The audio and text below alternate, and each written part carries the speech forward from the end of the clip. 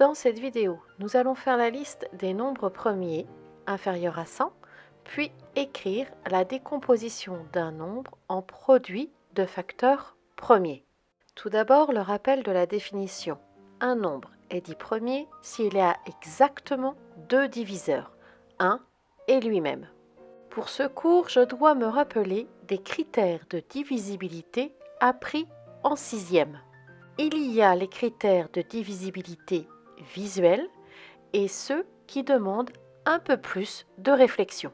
Il y a deux critères de divisibilité visuelle, par 2 et par 5, et 3 qui demandent de la réflexion. Vous remarquerez aussi que j'ai mis en rouge les critères de divisibilité par 2, 5 et 3, tout simplement parce que c'est 3 nombres premiers et c'est donc ces 3 critères qui seront le plus souvent utilisés.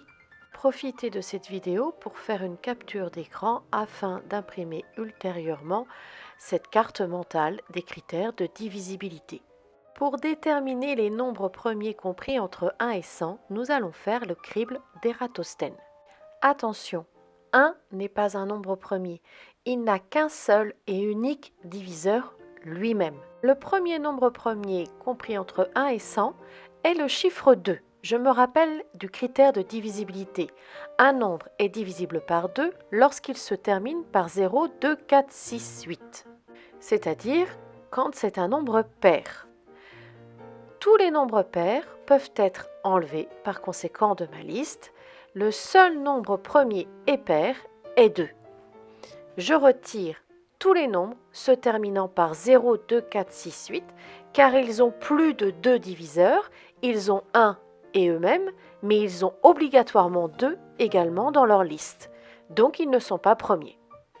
L'autre nombre premier qui suit sera 3. Tous les nombres divisibles par 3 doivent donc maintenant être tirés de la liste. Pour cela, je me rappelle du critère de divisibilité par 3. Il demande un peu de réflexion. Un nombre est divisible par 3 si la somme de ses chiffres est dans la table de 3, si la somme de ces chiffres est un multiple de 3. Les premiers nombres faciles à retirer sont 12, 15, 21, 27, 33 et 39, ainsi que 42. Pour 45, je peux commencer à réfléchir. 4 plus 5, ça fait 9. Et 9 étant dans la table de 3, il faut que je retire le 45. Et je vais vérifier pour tous les nombres restants. 4 plus 7, ça fait 11, c'est pas dans la table de 3. 4 plus 9, ça fait 13, c'est pas dans la table de 3. 5 plus 1, ça fait 6, c'est dans la table de 3. Donc il faut le retirer. Je poursuis. 5 plus 3, 8, c'est pas dans la table de 3. 5 plus 5, 10, c'est pas dans la table de 3. 5 plus 7, 12. Cette fois-ci, c'est dans la table de 3, donc il faut le retirer. Et je vais faire ça jusqu'à la fin, ce qui me permet de retirer également 63, 69, 75, 81, 87, 93 et 99. L'autre nombre premier, ce sera 5. Maintenant, il faut que je retire tous les nombres que se divisent par 5. Mon critère de divisibilité dit qu'un nombre est divisible par 5 lorsqu'il se termine par 0 ou 5. Tous les nombres se terminant par 0 ont déjà été retirés car ils étaient divisibles également par 2. Il me reste à retirer tous ceux qui se terminent par 5. Donc je raye tous les nombres qui se terminent par 5. L'autre nombre premier qui va suivre sera 7. Je vais chercher les nombres non rayés qui sont divisibles par 7. Je les passe un par un, 11, 13, 17, 19, 23, etc. Et je tombe sur 49 qu'il va falloir rayer puisque 7 fois 7 ça fait 49. Je continue de passer les nombres un par un et comme il n'y a pas de critère de divisibilité par 7, il faut que je vérifie si oui ou non c'est dans la table de 7, si c'est divisible par 7.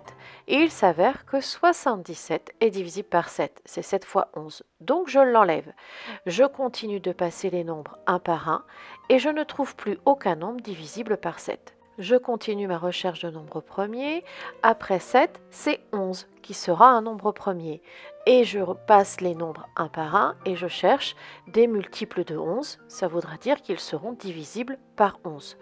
Tous les nombres divisibles par 11 sont 22, 33, 44, 55, 66, 77, 88 et 99. Ils ont tous déjà été rayés, donc je peux passer au nombre premier suivant, qui est 13. Maintenant, je pars à la recherche d'un multiple de 13, car cela voudra dire qu'il est divisible par 13. Donc je regarde tous les nombres qui ne sont pas déjà rayés et je recherche si oui ou non il y a 13 fois quelque chose qui me donne ce nombre. En passant mes nombres un par un, tous ceux qui ne sont pas rayés bien entendu, je vais trouver qu'il me faut enlever le nombre 91. 91, c'est 13 fois 7. Donc ça veut dire que 91 est divisible par 13. Il faut le retirer de la liste. Il s'avère que tous les nombres qui ne sont pas encore rayés sont des nombres premiers. Pour rendre mon tableau plus lisible, j'ai enlevé tous les nombres rayés. J'ai enlevé toutes mes ratures et j'ai laissé de visible, de bien propre et de bien clair que les nombres premiers entourés. Je dois connaître par cœur tous les nombres premiers compris entre 1 et 30. 2, 3, 5, 7, 11, 13, 17, 19, 23 et 29. J'utilise les nombres premiers pour faire des décompositions en produits de facteurs premiers. Par exemple, je cherche à décomposer 255. Je me rappelle qu'un nombre est divisible par 5 lorsqu'il se termine par 0 ou 5. Ça veut dire que 255 va être divisible par 5. Le résultat de la division va être écrit dessous 255. 255 divisé par 5, ça me donne 51. J'applique mon critère de divisibilité par 3. Un nombre est divisible par 3 si la somme de ses chiffres est dans la table de 3. 5 plus 1, ça fait 6. C'est dans la table de 3, donc je peux diviser par 3. Et 51 divisé par 3 me donne 17. Maintenant, avec 17, je me rappelle de mon cours. 17 est un nombre premier, donc j'ai fini ma décomposition. Je la termine. 17 n'est divisible que par 17 et le résultat de la division me donne 1. Ma décomposition est terminée. Donc 255 est obtenu en faisant 17 fois 3 fois 5, ou 5 fois 3 fois 17, ou 17 fois 5 fois 3, peu importe l'ordre de vos facteurs. 255, c'est donc 5 fois 3 fois 17 et c'est la décomposition en produits de facteurs premiers. Maintenant, je vais décomposer le nombre 504. Je me rappelle qu'un nombre est divisible par 2 lorsqu'il se termine par 0, 2, 4, 6, 8. Donc 504 est divisible par 2. Sous 504, j'écris le résultat de la division de 504 divisé par 2, c'est-à-dire 252. C'est encore divisible par 2. Et 252 divisé par 2 me donne 126. Je divise encore par 2, ça me donne 63. Et cette fois-ci, je fais mon critère de divisibilité par 3. 63 divisé par 3 me donne 21. Dans 21, j'ai encore un 3 de caché. Donc je vais diviser par 3, j'obtiens 7. Et 7 étant un nombre premier, je termine par diviser par 7 et je trouve 1 au résultat final. Donc 504 est obtenu en faisant 2 fois 2 fois 2 fois 3 fois 3 fois 7.